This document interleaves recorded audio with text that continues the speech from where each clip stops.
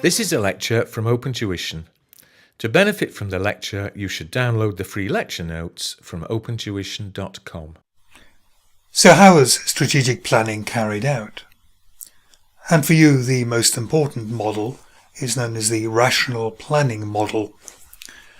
Rational because it is supposed to take a sensible, logical approach. We can divide it into three sections. There is, first of all, position. And position is where you are basically gathering data about the company's position, its competitors, what the company might be good at, bad at, and so on. Also might be what might be happening in the wider environment. What we have within the position, in other words, where are we now here, there is something called the mission. And the mission is really how the company sees itself, what it believes its purpose is, its function is, what it believes its method of making profits is. Does it see itself as an upmarket company or a kind of cheap and cheerful company? Because it can then be very different approaches to the decisions you make about future planning. We also look at stakeholders. Stakeholders are is anyone who's in any way affected by the organization. So typically, of course, there's going to be shareholders. What do they want out of it? They obviously want dividends, profits, but how much risk might they want the company to undertake? Other stakeholders will be employees, customers, suppliers, the government, and local people. And management has to kind of balance what these various parties want. We'll be coming back to look at stakeholders later. And then broadly, we have to look at external and internal. External appraisal, what's happening in the environment with your customers perhaps, what's happening with the economy and technology and so on.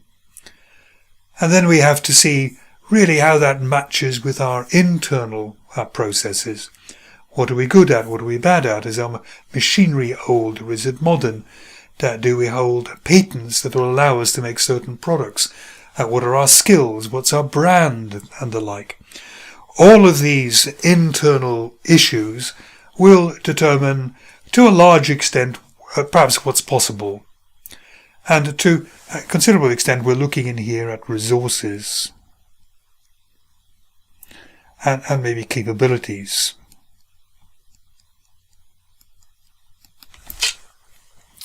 We might then set objectives. What do we want to do over the next year or indeed the next 5 years? When talking about strategic planning, you're thinking about really what's going to happen in 5 years. But then you probably work that back year at a time and say, well, I'm going to do that at the end of 5 years. Here's where I need to be at 4 years, 3 years, 2 years, 1 year. So that you've got a roadmap leading you to the longer term future, 5, 7, 10 years, whatever the planning horizon is. So then we come really to choice, having looked at the position, which may, of course, limit what we can do, limit our choice, then. And we have got strategic options and strategic choice. Options is kind of all the things we might do. We could take over a company. We could open up abroad. We could subcontract to a third party some of our manufacturing. We could decide, like IBM, to move out of manufacturing because it's difficult to make a good profit there, and perhaps move into the service industry where we feel there's going to be more opportunity for profit. So there's going to be a whole host of choices available, and what we need to do is to settle down on one of these options, and it will become our strategic choice. And this is what we're going to work towards in the action part here, in the implementation. If our choice out of these many options is to open abroad, then we have to start doing it. We have to go to the country. We have to appoint maybe a managing director there. The managing director has to find premises. You have to find suppliers, distributors. You have to make sure you're complying with all the laws in that country and so on. And gradually over maybe 1 or 2 years you build the new factory and start production. What's very important, however, is strategic control. Think of control as two ways. First of all, is the implementation, is that going okay? Are we going to hit our targets? We wanted this factory to be operating in 2 years, but there have been problems. It looks as though it's going to be 3 or 4 years. Is there anything we can do to bring it back on target? So there's controlling the plan, if you like, but then you have to remember that a lot of this stuff over here is going to be changing. Our competitors will change. Our competitors could certainly launch a product that means that what we have decided on is no longer relevant. The economy could change abruptly so that the market is not as buoyant as it was. Internally, perhaps we lose valuable employees. And if you lose too many valuable employees, it's going to put maybe a great strain on you achieving your strategic objectives and actually making your strategic choice into a real operating part of the company. So strategic plans are never just done once. They're basically a continual operation, always correcting, always seeing they seem to be relevant. And that's what's shown in this little triangle. It is trying to emphasize that this linear idea we had of the position, the choice, the action that we had in the previous slide, that's a bit of an oversimplification. Think of yourself as maybe planning next year's holiday.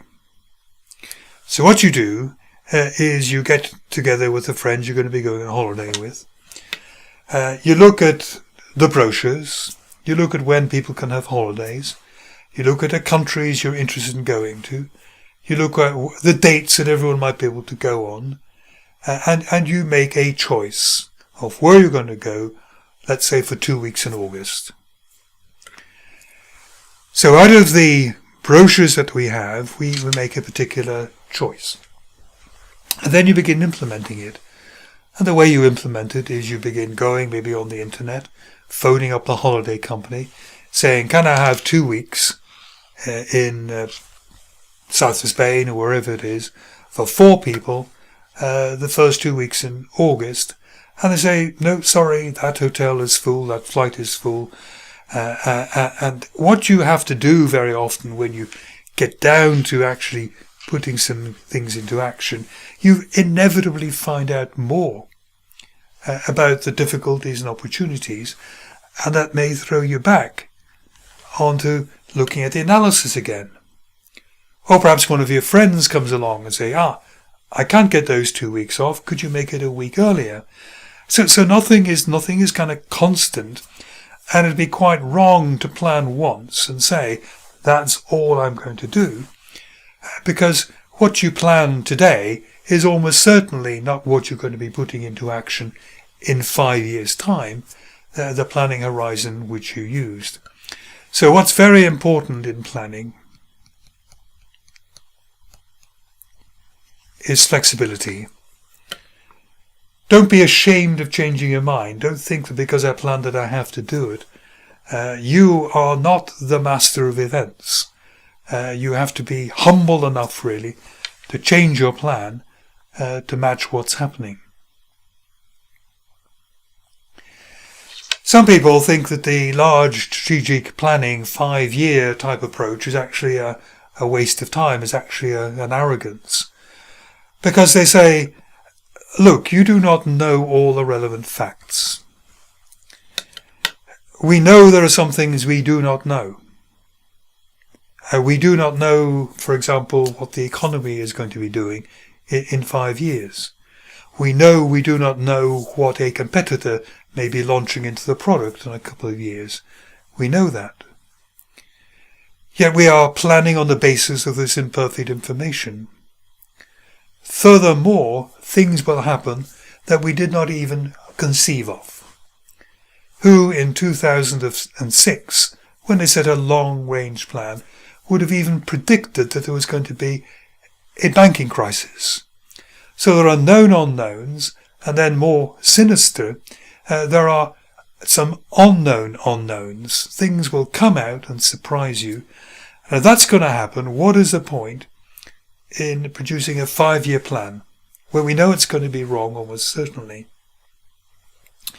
So what they suggest really is that instead of making these kind of great leap forwards, if you like, here's where we're going to be in 5 years, we should go steady. So if we're kind of planning here, if we think the economy is going to go up, then what we should be doing is making small increases in our productive capacity.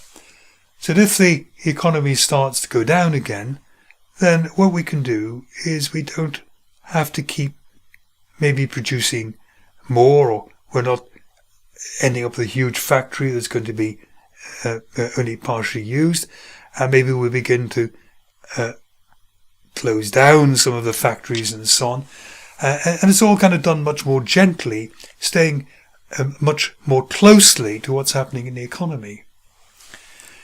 If down here you saw the economy was going up and you made a great leap of 5-year planning or 10 years planning, you might kind of be up there.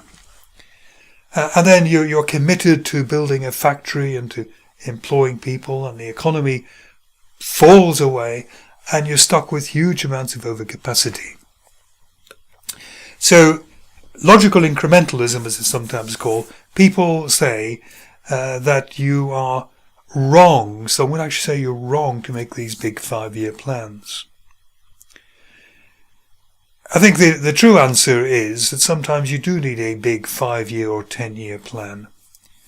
If you're a music company, you're facing a change from CDs to MP3 and downloads and so on there.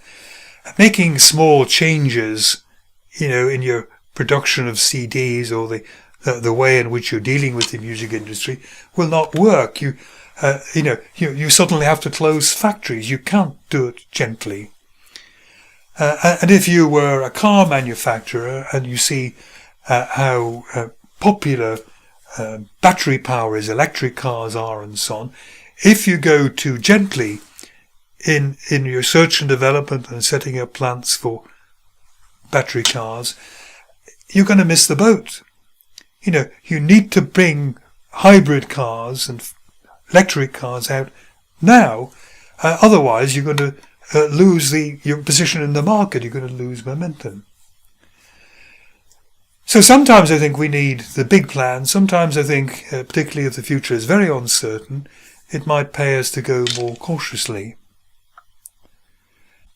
The third approach which we have is known as freewheeling opportunism, and these are people who really do not like planning. It's really a psychological approach, and we probably know people who don't plan very much, yet they seem to get on. They don't really plan their holidays. They kind of, book a flight the night before and turn up and look for hotels a couple of days before and so on.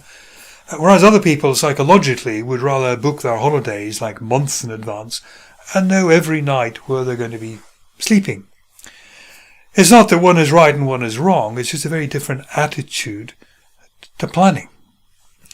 And very often these people are kind of entrepreneurial. They see a good idea, they want to go and kind of grasp it and try it, and they actually feel that they were to plan too much, that it actually restricts them. They will only look at kind of what's on the plan, whereas all around them there might be these kind of sparkly new opportunities which they're missing, and they rather grab opportunities as they arise. The good thing about that is it's quick. You haven't laid down a 5-year plan that you're committed to. You're going around grabbing opportunities as they arise. The problem potentially is that there's a huge amount of risk.